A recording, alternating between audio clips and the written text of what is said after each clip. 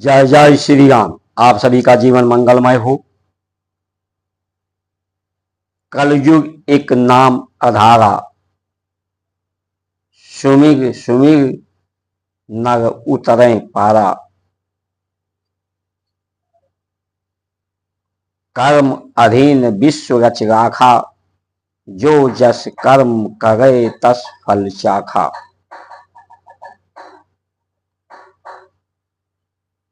ये जो कलयुग है, कलयुग का प्रभाव, कलयुग यानी कल यानी पुर्जा, ये पुर्जा का युग है, मशीनरियों का युग है। और मशीनरियों का आविष्कार, अंधाधुंध अति प्रयोग होने से प्रदूषण बढ़ता है, ताप और शीत जलवायु में परिवर्तन होता है।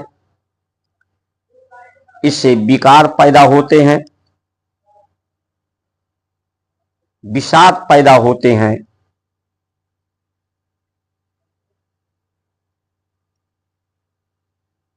अधिक मशीनरियों के अति प्रयोग से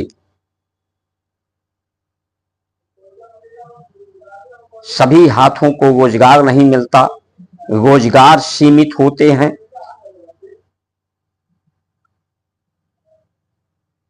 अन्याय सीमित लोगों को ही प्राप्त हो पाता,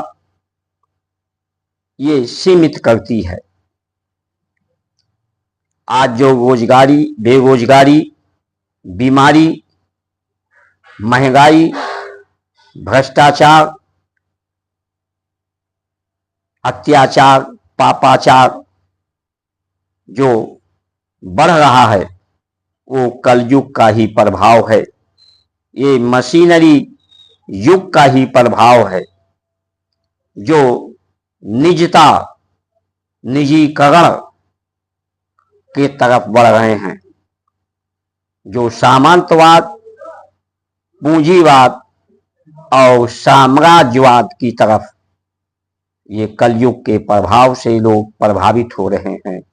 इस तरफ व्यवस्था पनप रही है।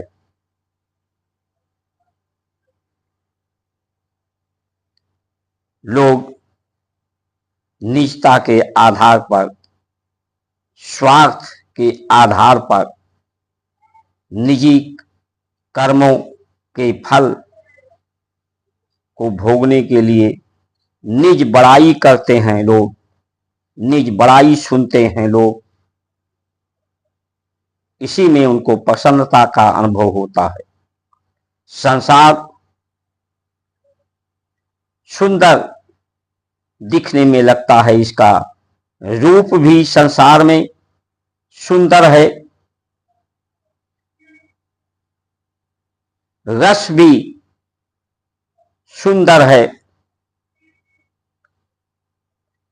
उसका प्रयोग करने में भी सुंदरता, आनंद का अनुभव होता है।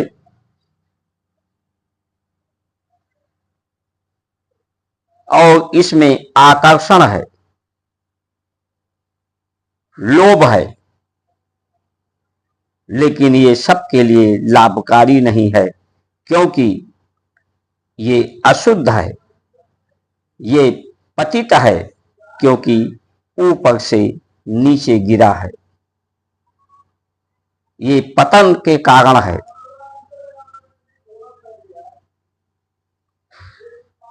इस समय जो बीमारी ग्रस्त लोग हो रहे हैं, दिल की बीमारी, रक्त की बीमारी, बुद्धि की बीमारी, मन की बीमारी, शरीर की बीमारी, बीमार ग्रस्त लोग हो रहे हैं। प्रकृति बीमार ग्रस्त हो गई है, धरती बीमार ग्रस्त हो गई है।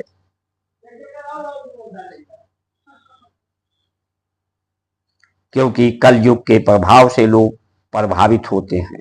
और ये कलयुग का अंत, किसी भी युग का अंत युद्ध के परिणामों से ही युग का परिवर्तन हुआ है। ये इस युग को समाप्ति के समय में युद्ध की जो संभावनाएं देखती हैं, ये युद्ध होगा तो मशीनरियों का प्रयोग, इसका अति प्रयोग, अतिशयोक्ति, आतुरता, व्याकुलता जो पैदा करता है, जो रोजगार को सीमित करता है, वो समाप्त होंगी व्यवस्थाएं। ये युद्ध होगा, परमाणु युद्ध होगा, तो ईंधन का के रूप में जो ऊर्जा है वो समाप्त होगी। आसमान में कालिख फैलेगी, अंधेरा फैलेगा, जिससे प्रकाश का परावर्तन नहीं होगा। इसलिए दूर संचार व्यवस्थाएं भी प्रभावित होंगी।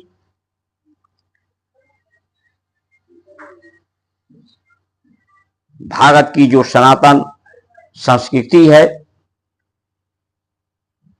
शरीर के इंद्रियों को, मन को, धरती को, प्रकृति को,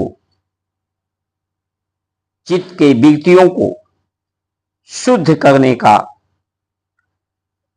लेकिन ये जो विरोध हो रहा है, ये कोई विरोध एक देश नहीं कर रहा है, ये विरोध आज से नहीं हो रहा है, पहले से हो रहा है और इसका विरोध होता रहेगा, लोग करते रहेंगे, क्योंकि ये शरीर का गुण है, इंद्रियों का गुण है, संसार का गुण है, जो इस गुणों से अतीत, गुणातीत, जो धर्म वेदना से संवेदना को दूर करता है, ये स्वांताय, सुख के लिए, शांति के लिए आज लोग अपनी निजीता में बंधते जा रहे हैं, सीमित होते जा रहे हैं। अपने स्वभाव, अपनी इच्छा के प्रति उनकी समझ नहीं है, इसलिए समझदार नहीं है, इसलिए जिम्मेदार नहीं है, इसीलिए बहादुर नहीं है। और अगर कोई सब के सब बेईमान नहीं है, सबके सब ईमानदार नहीं है।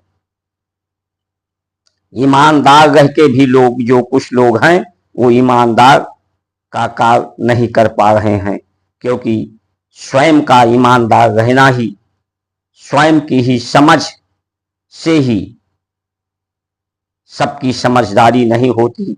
जो ईमानदार हैं वो जब तक सबको समझदार और ईमानदार, जिम्मेदार, बहादुर ना बना दे।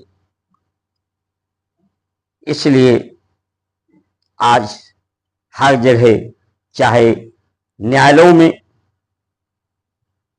अभी वकील जज के बीच में हो विवाद हो जाता है, पुलिस के बीच में हो जाता है, परिवार के संबंधों में विवाद हो जाता है। ये संसार वाद और विवाद का कारण इस शरीर और ये संसार का गुण है, जो माया से ग्रसित है, जो मोह को पैदा करता है, अहंकार को पैदा करता है, काम, क्रोध, लोभ, मोह को पैदा करता है, जो प्राणों की गति को बढ़ाते हैं, गति को अतिचारी करते हैं, अतिशयोक्ति पैदा करते हैं। भारत की संस्कार संस्कृति निजी हिंदू की विचार नहीं है, किसी एक देश की विचार नहीं है, किसी एक देश के लिए ये विचार नहीं है, किसी एक व्यक्ति के लिए विचार नहीं है, जिसने स्वयं गुणातीत संसार के गुणों से, शरीर के गुणों से, इंद्रियों के गुणों से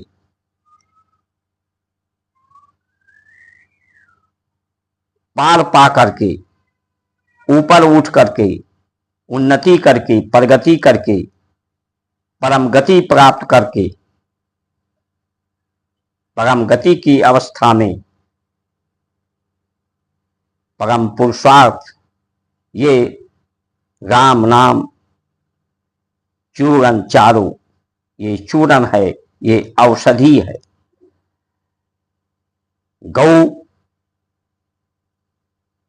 गौ विद्या और ये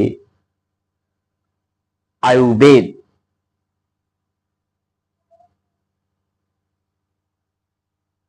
इसलिए ये आज की जो व्यवस्थाएं हैं, ये कलयुग की समाप्ति की तरफ ये समय बढ़ रहा है। इसलिए हमें सबको सावधान होना चाहिए।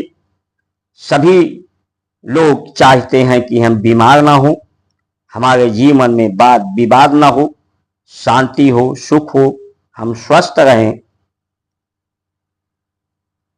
हम सुख को प्राप्त करें, हम एक दूसरे से मिलजुल कर रहें। लेकिन इसके लिए लोग निजी स्तर पर निजी स्वार्थों में बंधे हुए हैं। जब सब मिल करके सबके सुख की बात, सबके हित की बात करेंगे, सबको संयोजने का कार्य करेंगे, सब संगठित होंगे, ये कलयुग की समाप्ति पर, सतयुग के आगमन पर, तो सबका कल्याण होगा। ये भारत की संस्कार संस्कृति अपनी निजी इच्छा के अनुरूप नहीं, इसमें सभी की इच्छाओं का, सभी के स्वभाव का, ये परमात्मा की इच्छा, आत्मा की इच्छा, सभी की इच्छा के अनुरूप, अनुकूल, और इस सभी इच्छाओं को, सभी के इच्छाओं का सम्मान करने वाली है, परिपूर्ण कराने वाली है। लोग कहते हैं मुझे ज्ञान है, आज अधूरी इंद्रियां आपको, इंद्रियों के माध्यम से आप अधूरी जानकारी मिल सकती है आपको। प्रयास सभी सुख शांति के लिए, स्वस्थ रहने के लिए करते हैं, लेकिन ये प्रयास अधूरा है जब तक सब एक साथ मिलकर कार्य नहीं करेंगे। कर्म जो धर्म है, सत्य धर्म है, धर्म के अधीन ही संसार है, संसार का कार्य है, संसार का कर्म है, और कर्म के अधीन ये शरीर इंद्रियां हैं। कर्म आहार के अधीन है, जैसा आहार वैसा विचार, वैसा व्यवहार, वैसा कर्म। आहार धरती के अधीन है, धरती प्रकृति के अधीन है, प्रकृति ब्रह्म तेज ब्रह्मांड के अधीन है। इसलिए जब सद्ज्ञान प्रकाश होता है, प्रकाश से ही प्राण है, प्रकाश से ही ऊष्मा है, प्रकाश से ही ऊर्जा है। इसलिए ये भारत की संस्कार संस्कृति किसी निजी का विचार, किसी निजी के लिए व्यवस्था, किसी निजी देश के लिए, किसी निजी व्यक्ति के लिए नहीं है, सबके कल्याण के लिए, विश्व के कल्याण के लिए है। लेकिन इसका जो विरोध कर रहे हैं लोग, उसका कारण यही है कि ये संसार के गुणों से, इंद्रियों के गुणों से लोग बंधे हुए हैं, बंधन में हैं। ये बंधनों से, जीवन मरण के, संसार के, शरीर के गुणों से, बंधन से ये मुक्त करा करके, इसकी गुलामी से मुक्त करा करके ये स्वाधीनता, स्वतंत्रता भारत की संस्कार संस्कृति ही प्राप्त कराती है।